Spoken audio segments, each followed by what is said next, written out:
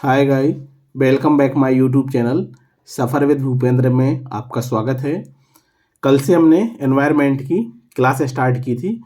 कल हमने एनवायरनमेंट की पहली क्लास ली थी। आज की क्लास आपके एनवायरनमेंट की दूसरी क्लास थी। हम एनवायरनमेंट में वो टॉपिक लेके आते हैं जो टॉपिक आपके आने वाले एग्ज़ाम की दृष्टि से बेहद ही इम्पोर्टेंट होने वाले हैं। चलिए देखते हैं, प्रारंभ करते हैं आज की पहली क्लास को। हमने लिखा है नींबू खट्टा साइट्रिक अम्ल के कारण होता है। आपने देखा होगा कि नींबू में खट्टापन जो होता है वो किसके कारण होता है?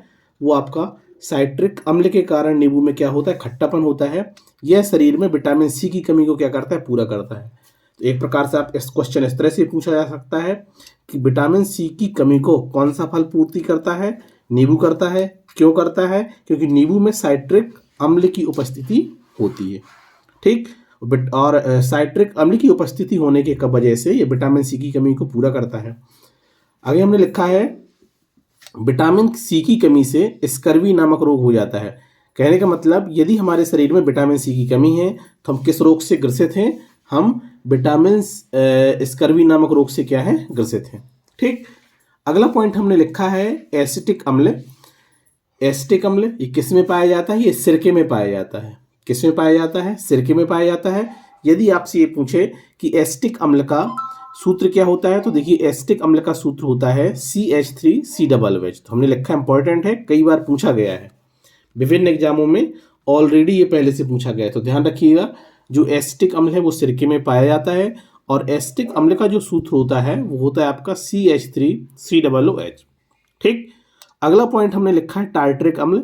ये टार्ट्रिक जो अम्ल है वो इमली में पाया जाता है। किस में पाया जाता है? इमली में पाया जाता है। कहने का मतलब इमली में जो खट्टापन होता है या ऐठीलापन जो होता है वो टार्ट्रिक अम्ल की वजह से होता है। ठीक है, अगला पॉइंट है लैक्टिक अम्ल। लैक्टिक अम्ल आपका दूध में पाया जाता है। किस में पाया जाता है लैक्टिक अम्ल? ये दूध में पाया जाता है। अगला पॉइंट हमने लिखा है कि मक्खन में ब्यूटायरिक अम्ल पाया जाता है। कौन सा अम्ल पाया जाता है? ब्यूटायरिक अम्ल पाया जाता है। ये अम्लों से रिलेटेड क्वेश्चन आपके एग्जाम में पूछे गए हैं प्रीवियस ईयर में। इस वजह से ये अम्लों से रिलेटेड टॉपिक आपका एनवायरनमेंट की दृष्टि से इंपॉर्टेंट हो जाता है। अगला हमने पॉइंट लिखा है कि लाल चींटी में फार्मिक अम्ल पाया जाता है।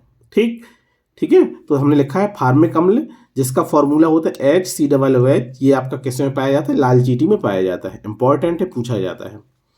अगला पॉइंट है कि सेब में जिसे आप खाते हैं उसमें कौन सा अम्ल पाया जाता है? तो सेब में मैलिक अम्ल पाया जाता है। ठीक, तो ध्यान दीजिएगा, इंपॉर्टेंट है, पूछा भी गया है। तो सेब में मैलिक अम्ल पाया जाता है।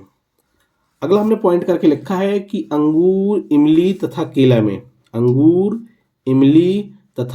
केला में प्रचुर मात्रा में टार्ट्रिक अम्ल पाया जाता है। एक क्वेश्चन इस तरह से कई बार पूछा गया है कि अंगूर, इमली तथा केला में कौन सा अम्ल पाया जाता है?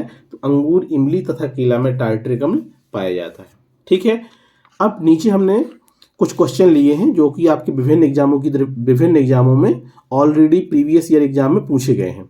जैसे हमने लिखा है सिरके में कौन सा अम्ल पाया जाता है? तो ऑप्शन ए कह रहा है लैक्टिक अम्ल, ऑप्शन बी कह रहा है साइट्रिक अम्ल, ऑप्शन सी कह रहा है मैलेइक अम्ल, ऑप्शन डी कह रहा है एसिटिक अम्ल। जैसा कि आपको पता है कि सिरके में आपका एसिटिक अम्ल पाया जाता है। कौन सा अम्ल पाया जाता है? एसिटिक अम्ल।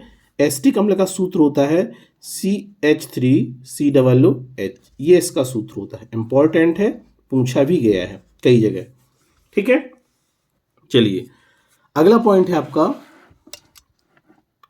पॉइंट है फोटोग्राफी में कौन सा अम्ल प्रयोग किया जाता है? तो देखिए फोटोग्राफी में ऑप्शन ए कह रहा है फार्मिक अम्ल, ऑप्शन बी कह रहा है ऑक्जेलिक अम्ल, ऑप्शन सी कह रहा है साइट्रिक अम्ल और ऑप्शन डी कह रहा है एसिटिक अम्ल। तो ध्यान दीजिएगा, फोटोग्राफी में जो अम्ल प्रयोग किया जाता है वो प्रयोग किया जाता है आपका ऑक्जेलिक अम्ल। कौन सा अम्ल प्रयोग किया जाता है? ऑक्जेलिक अम्ल प्रयोग किया जाता है। ये इंपॉर्टेंट भी है और पूछा भी गया है। ठीक है, चलिए अगला पॉइंट देखिए, हमने लिखा है क्वेश्चन नंबर 3 में सही सुमेलित कीजिए। सुमेलित करने के लिए दिया गया है, एक तरफ आपका जैसे अचार है, खट्टा दूध है, सेब है, शीतल पेय एवं सोडा वाटर। ठीक, तो देखिएगा अचार में कौन सा अम्ल पाया जाता है? तो अचार में आपका एसिटिक अम्ल पाया जाता है। कौन सा अम्ल पाया जाता है? एसिटिक अम्ल। और दूध में जो खट्टापन होता है या खट्टा जो दूध होता है वो लैक्टिक अम्ल की वजह से होता है। ठीक। सेब में मैलिक अम्ल पाया जाता है, ये भी इंपॉर्टेंट है। और शीतल पेय एवं सोडा वाटर में आपका कार्बोनिक अम्ल पाया जाता है। ठीक। तो ये प्रीवियस ईयर एग्जाम में ऑलरेडी पूछे हुए क्वेश्चन है, इस वजह से ये आपके एग्जाम की दृष्टि से और भी इंपॉर्टेंट हो जाते हैं।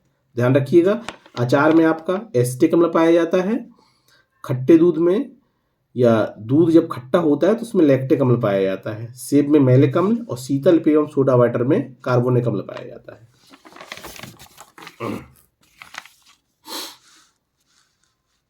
चलिए प्रश्न क्रमांक 4 देखिए। प्रश्न क्रमांक 4 में भी सही सुमेलित करने को बोला गया है। एक तरफ अम्ल है और दूसरी तरफ उसमें किस खाद्य पदार्थ में पाया जाता है। जैसे देखिए लैक्टिक अम्ल, तो जो लैक्टिक अम्ल है वो आपका दूध में पाया जाता है। किसमें पाया जाता है लैक्टिक अम्ल? आपका दूध में पाया जाता है। ये इंपॉर्टेंट है, कई बार पूछा भी गया, तो ध्यान दीजिएगा। लैक्टिक अम्ल आपका दूध में पाया जाता है। एसिटिक अम्ल एसिटिक अम्ल ये आपका सिरका में पाया जाता है। एसिटिक अम्ल का सूत्र होता है CH3COOH, ध्यान रखिएगा। साइट्रिक अम्ल नींबू में पाया जाता है। साइट्रिक अम्ल की वजह से या साइट्रिक अम्ल की उपस्थिति की वजह से नींबू में खट्टापन होता है। और ब्यूटायरिक अम्ल ये आपका मक्खन में पाया जाता है। ठीक है, ध्यान दीजिएगा। ब्यूटायरिक अम्ल किस में पाया जाता है? मक्खन में। लैक्टिक अम्ल दूध में हो गया, एसिटिक अम्ल सिरका में हो गया, साइट्रिक अम्ल नींबू में हो गया और ब्यूटायरिक अम्ल किस में हो गया? आपका मक्खन में हो गया। इंपॉर्टेंट है, पूछा गया है। अगला क्वेश्चन है आपका, किस द्रव के एकत्रित होने पर मांसपेशियां थकान का अनुभव करने लगती हैं? ये देखिए बहुत ही अच्छा क्वेश्चन है और ये आपका पूछा भी गया है। तो देखिए ऑप्शन ए कह रहा है लैक्टिक एसिड की वजह से, ऑप्शन बी कह रहा है पायरुविक एसिड की वजह से, ऑप्शन सी कह रहा है बेंजोइक एसिड की वजह से और ऑप्शन डी कह रहा है यूरिक एसिड की वजह से। तो आपको जानकारी होना चाहिए कि हमारे शरीर में लैक्टिक एसिड पाया जाता है। लैक्टिक एसिड यदि एकत्रित हो जाता है ना, जो द्रव के रूप में लिक्विड के रूप में रहता है, और उसी लैक्टिक एसिड के एकत्रित होने की वजह से हमारा शरीर या मांसपेशियां थकान का अनुभव करने लगती हैं। ये प्रीवियस ईयर एग्जाम में आपका पूछा गया है, तो इंपॉर्टेंट है। ठीक है, चलिए अगला देखिए, कह रहा है नींबू में मुख्यतः कौन सा अम्ल पाया जाता है? नींबू में मुख्यतः कौन सा अम्ल होता है? तो देखिए ऑप्शन ए कह रहा है एसिटिक अम्ल। अब देखिए नींबू में मुख्यतः कौन सा अम्ल होता है? ऑप्शन ए कह रहा है एसिटिक अम्ल, ऑप्शन बी कह रहा है एस्कार्बिक अम्ल, ऑप्शन सी कह रहा है साइट्रिक अम्ल और ऑप्शन डी कह रहा है नाइट्रिक अम्ल। अभी आपने ऊपर देखा था कि जो नींबू में होता है वो आपका साइट्रिक अम्ल होता है। क्या होता है? साइट्रिक अम्ल होता है। तो ऑप्शन सी इसका क्या हो जाएगा? सही हो जाएगा। ठीक है, तो ये हमने अम्लों से रिलेटेड कुछ इंपॉर्टेंट क्वेश्चनों को समाहित किया था जो कि ऑलरेडी प्रीवियस ईयर एग्जाम में पूछे गए थे। ठीक, इसके बाद हमने कुछ इंपॉर्टेंट फैक्ट लिखे हैं जो कि आपके एग्जाम की दृष्टि से बेहद ही इंपॉर्टेंट हैं। हमने पहला पॉइंट लिखा है कि एटीपी किस क्रिया द्वारा ऊर्जा मुक्त करते हैं? तो देखिए एटीपी में जलीय अपघटन की क्रिया की वजह से ये क्या करते हैं? ऊर्जा मुक्त करते हैं। ठीक, अगला पॉइंट है प्रत्येक पोषण तत्व के जंतु कितना प्रतिशत ऊर्जा अगले पोषण तल को देते हैं? ठीक है, तो जो पोषण स्तर होते हैं ना उनमें 10% जो ऊर्जा होती है वो अगले स्तर को क्या हो जाती है? दे देते हैं। और 90% ऊर्जा क्या हो जाती है? क्रियाओं में, जैविक क्रियाओं में उपभोग हो जाती है। तो कहने का मतलब ऊर्जा का कितना प्रतिशत भाग ट्रांसफर होता है? तो ये आपका 10% भाग क्या होता है? ट्रांसफर होता है अगले पोषण स्तर में। ठीक, ध्यान दीजिएगा। अगला पॉइंट हमने लिखा है कि मृतजीवी खाद्य श्रृंखला को क्या कहते हैं? तो देखिए ये मृतजीवी खाद्य श्रृंखला को डेट्रीटस कहते हैं। डेट्रीटस कहते हैं, इंपॉर्टेंट है, पूछा भी गया है। ठीक है, अगला क्वेश्चन देखिए, हमने लिखा है प्रत्येक पोषण तल पर कितने प्रतिशत ऊर्जा जैविक क्रियाओं में उपभोग कर ली जाती है? तो ध्यान रखिएगा, जब भी पोषण स्तर की बात करें तो 90% जो ऊर्जा होती है वो उपभोग कर ली जाती है और 10% ऊर्जा क्या हो जाती है? अगले स्तर में चली जाती है।